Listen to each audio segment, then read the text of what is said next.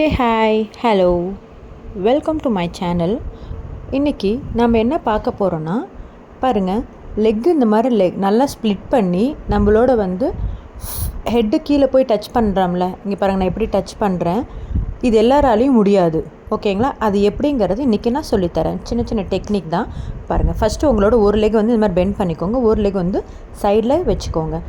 கை ஒரு இடத்துல நீங்கள் ப்ளேஸ் பண்ணிக்கோங்க. அங்கேருந்து பல்ஸ் பண்ணணும். அதாவது அப்பர் பாடி மட்டும் அப் டவுன் பண்ணணும். அது பல்ஸ் ஃபுல்லாக எழுந்திரிக்க வேண்டாம், கீழே மட்டும் பல்ஸ் பண்ணணும். இப்போ அந்த பல்ஸ் பண்ணும்போது உங்களுக்கு ஓரளவுக்கு உங்களால் இன்னும் கொஞ்சம் மேலே ரீச் பண்ண முடியும். அப்படி ரீச் பண்ணும்போது எண்டு பாயிண்டில் ரீச் ஆனதுக்கப்புறம் அங்கே ஒரு பல்ஸ் பண்ணுங்கள், சரிங்களா? பல்ஸ் எவ்வளோ பண்ண 20 கவுண்ட்ஸ் பண்ணணும். அப்போ தான் உங்களுக்கு ஈஸியாக இருக்கும். இப்போ லெக் சேஞ்ச் பண்ணுறோம். அதே மாதிரி நம்மளோட ஹேண்ட் ஒரு இடத்துல ஃபிக்ஸ் பண்ணிக்கிறோம். தென் நம்மளுக்கு அந்த ரீச் அடுத்த எண்டு பாயிண்ட் கிடைக்கும்போது அந்த எண்டில் போய் அங்கே ஒரு பல்ஸ் பண்ணுறோம். எல்லாமே 20 கவுண்ட்ஸ் பண்ணுங்கள்.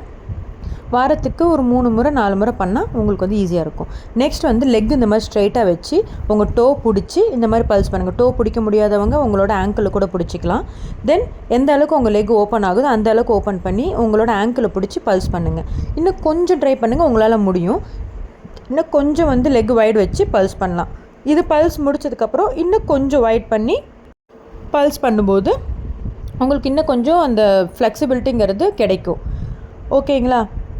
அடுத்தது என்ன பண்ணுறீங்கன்னா, உங்ககிட்ட ஒரு ரெசிஸ்டன்ட் பேண்ட் இருந்துச்சுன்னா முன்னாடி எதுலையாவது ஃபிக்ஸ் பண்ணி அதை பிடிச்சிட்டு கூட நீங்கள் பல்ஸ் பண்ணலாம். அப்படி இல்லாதவங்க இந்த மாதிரி எந்த அளவுக்கு உங்கள் ஹேண்ட் ரீச் பண்ண முடியுதோ, அதாவது இதுதான் என்னோடய ஹையஸ்ட் ரீச், அந்த இடத்துக்கு ரீச் ஆனதுக்கப்புறம் ஹோல்ட் பண்ணிவிட்டு மறுபடியும் எந்திரிச்சிடலாம்.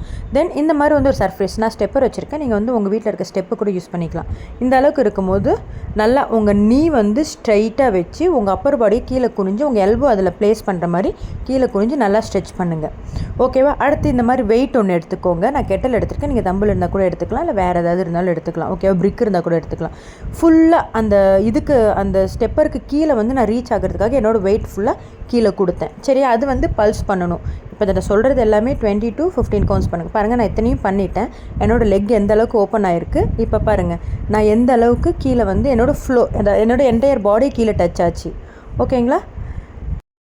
இது வீக்லி ட்வைஸ் இல்லை த்ரைஸ் பண்ணிங்கன்னா நீங்களும் ஈஸியாக டச் பண்ணலாம். அடுத்த வீடியோவில் பார்க்கலாங்க. மறக்காம நம்ம சேனலை சப்ஸ்கிரைப் பண்ணிக்கோங்க. Bye bye, see you, take care.